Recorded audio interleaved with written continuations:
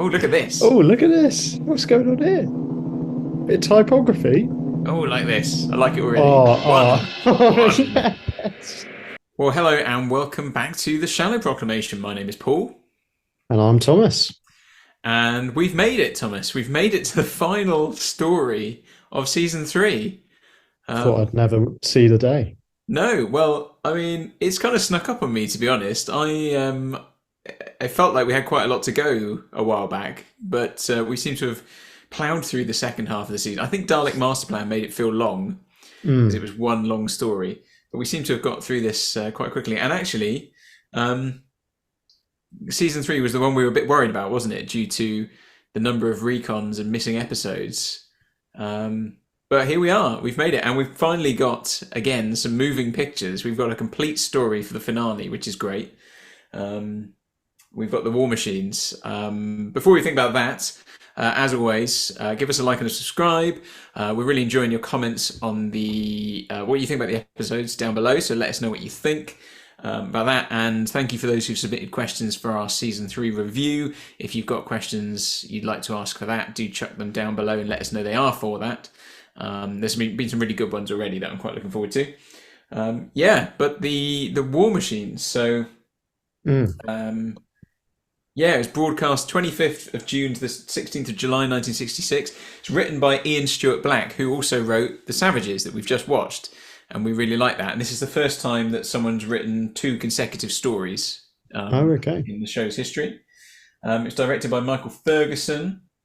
First season finale not to be written by Dennis Spooner. So apparently Dennis Spooner wrote, obviously, the last 2 season finales and closers.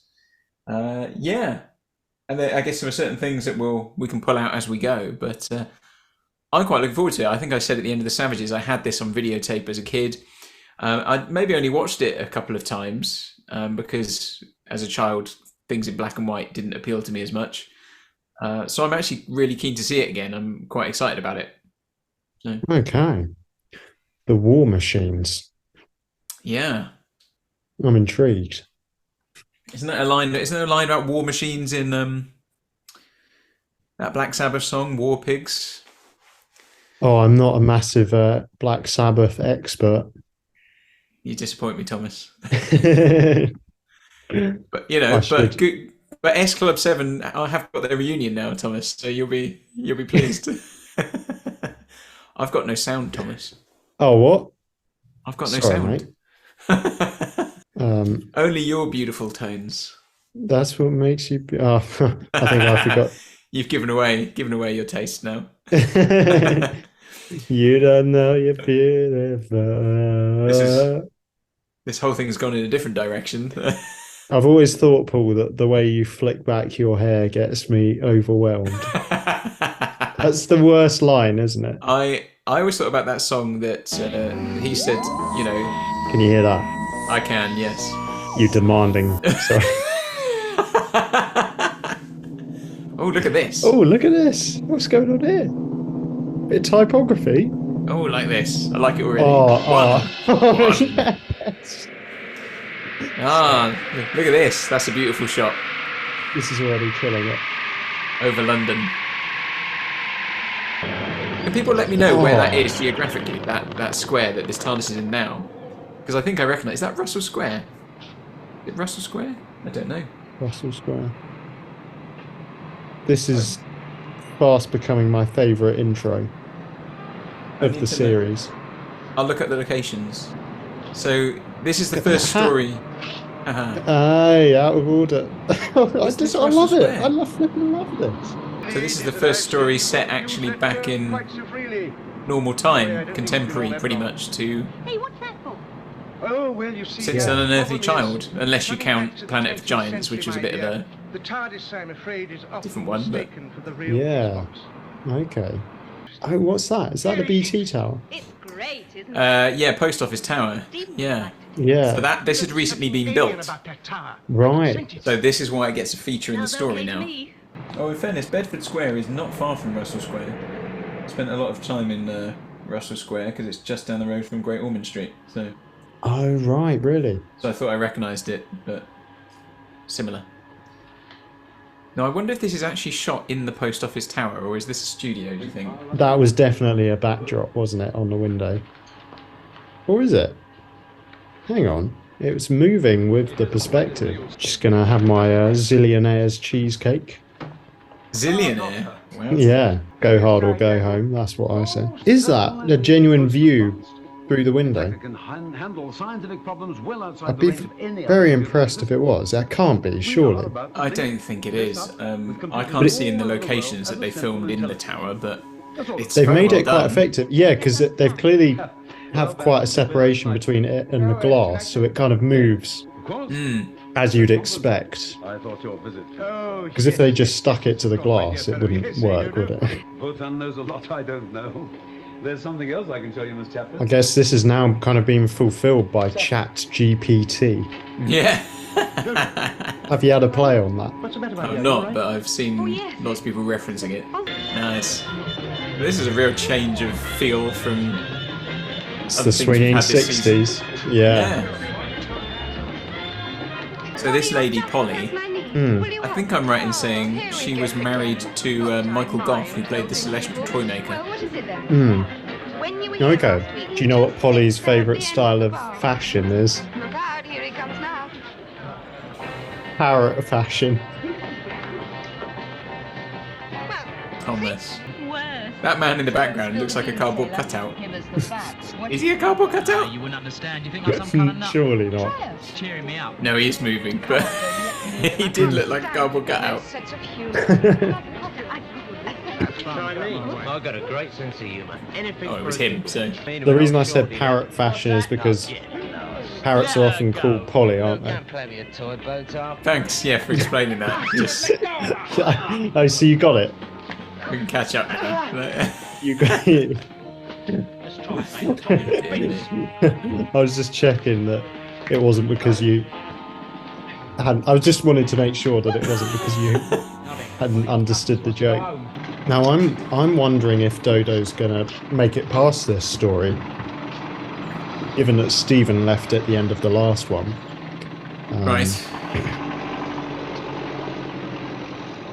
We shall see. Or at least whether we might take on Yeah. a new passenger. Yeah, that's a good. I think there will definitely be some form of companion change in this story. That's what I'm predicting, but I don't know exactly what. A computer is merely a brain which thinks logically without any political or private ends. It is pure thought. It makes calculations. It supplies only the truth. It has no imaginative power. Is there no way of fixing it so it can give the wrong answers? There would be no point. Now, don't forget that a computer like Votin is not a human being. Oh, but surely, it sir, that- has no reason to suppress the truth. It has no emotions. It is ourself. It seems to me by the way you're talking, sir, that this machine can think for itself like a human being. It can. This is a very Only interesting much more early accurately. story to do with This is sort kind of of the risky. idea of AI, isn't I it? suppose it decides it can do without people. What then? Yeah. Like, I don't know if people would have used the phrase artificial intelligence at this point, but I've had a feeling all day of someone there. Someone listening to me. Watching me.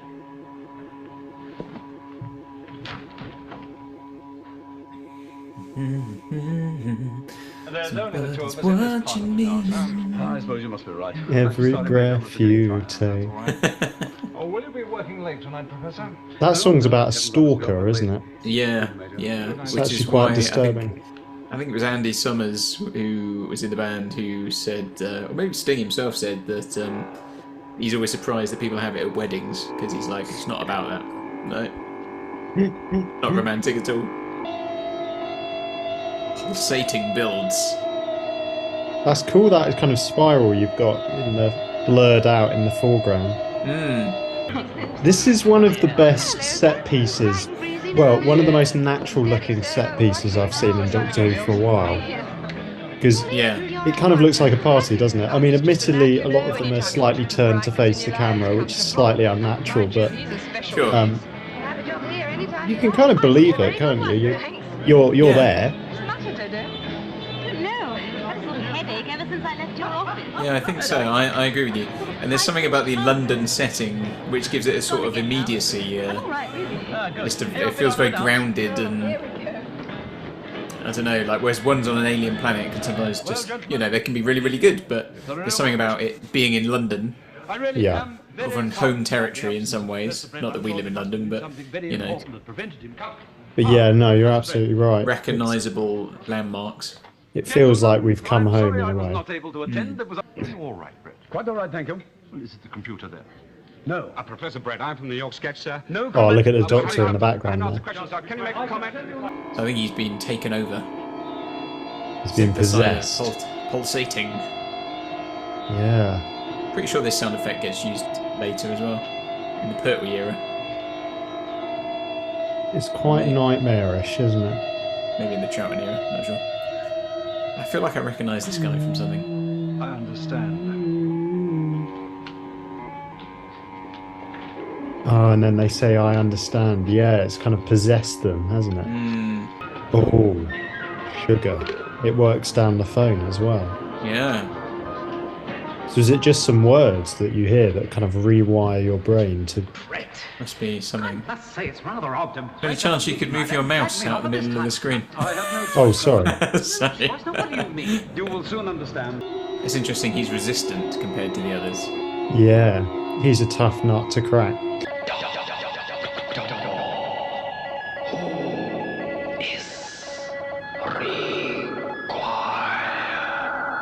Don't call him Doctor Who.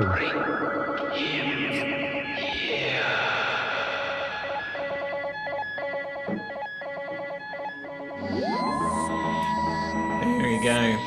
That's the only time in the show's history that the Doctor is called Doctor Who. Really? Until Missy uses it in World Enough and Time.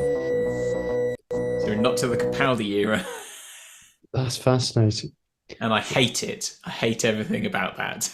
Yeah, I remember you got very triggered by it when we watched the Peter Cushing movie. Oh yeah, flipping heck. Roy Castle calling him Doctor Who. Like, He's who? Doctor Who. Please be a friend of mine. Doctor Who. Doctor Who. Anyway. And then the key change. That was quite good, I thought. What, this episode? Your singing is what I meant. Oh, yes, this episode. Well, we'll start off as YouTubers and then we'll move into music, once our career begins to spread. That's it. Do you reckon we could make a boy band? I think the chances of me now being in a boy band possibly behind me. You might get away with it. You'll always be a boy to me, Paul. A man band. A man band. A man band. To me. Yeah, what did you think of that? I thought it was good, actually. It feels like we're back in Doctor Who now. I mean, well, the Savages did as well, but creepy stuff going on. I was like, yes, this is pure Doctor Who. People getting possessed by computers. Just knows what it's doing, Yep. And as you say, nice to be in a familiar location. Something a bit more grounded that the audience of the day would have been able to relate to a bit more because it was their society, wasn't it? So, but just with some sci-fi elements added. So, yeah, no, I thought that was good. What did you think of it? Yeah, I really liked it actually. So the setting for me is it does, like you say, it makes it feel like Doctor Who again, and it felt like Doctor Who, and the fact it is set in London, as we kind of mentioned, gives it that sort of that pull straight away. It feels very grounded and in a way that sometimes the space-based ones don't necessarily. Not to say that they can't be good, and a lot of them are.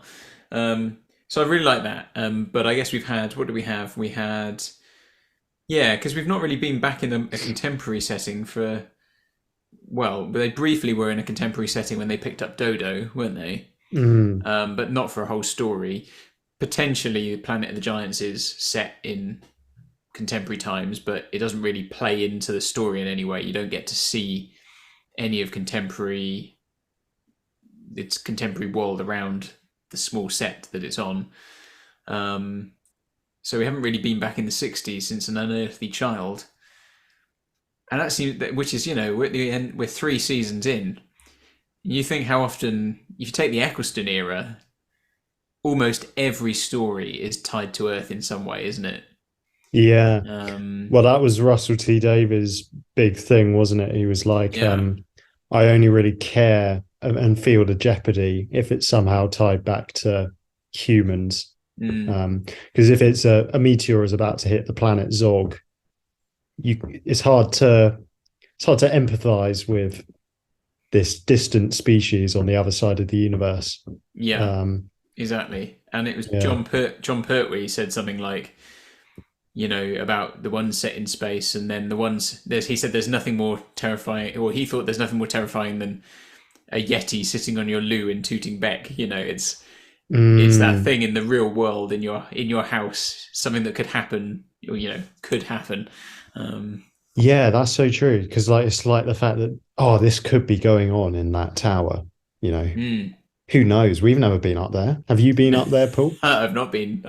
Can you say for sure that they're not computers that possess people? Yeah. I'm just trying to work out what the magic words would be to say to you to control you. But I don't think that's quite how it was working, was it? It seemed to be some kind of energy field that was taking control of their minds. Clearly took over them, but it's taken over a good number of people very quickly, hasn't it? Including Dodo. Excuse me. Yeah. And if it could work over the phone, why don't they just blast it out of a tannoy or something? Just convert the entire country. Yeah, very true. Stick it on the radio. Who knows? Yeah. Maybe that's where it will go. Maybe that's the plan as it goes further down the road. I do think it's interesting that it's basically a story, as I said, or at least so far it seems it's a story to do with AI. Yeah. Like a computer, becoming sentient, and then what does it do? It feels very ahead of its time. And an AI story never goes well, does it? It's just great. It's always going to take control. It's always going to go Terminator on them. Exactly. But you're right. It must be quite ahead of its time, because I guess 2001, similar-ish time, wasn't it? Or a bit later. Yeah, not sure what year they came out. It was the 60s though, wasn't it? Yeah. So that was quite pioneering, wasn't it? With the it was 68. How. So this is 66, but that was 68. Wow. So because remember we said there was one of the stories that the people from 2001 had seen, hadn't they? And they asked, it was to do with Master Plan. It was Dalek Master Plan, wasn't it? Where they had the scenes of Stephen and Katerina. Katerina's death when she flies out into space. And Sarah and Stephen on the trampolines. Yeah, that was something that the team from 2001 had been in touch about, to say, how did you do this? Yeah. But so it is still quite a pioneering show, isn't it? Yeah, absolutely. Yeah. I mean, yeah, I guess so. Yeah. Well, I thought you were dead. I'm looking forward to seeing episode 2. I'm keen to crack into it. So, we'll leave that there. Guys, let us know what you think of this story. And, join us next time for episode 2. Bye-bye. Goodbye.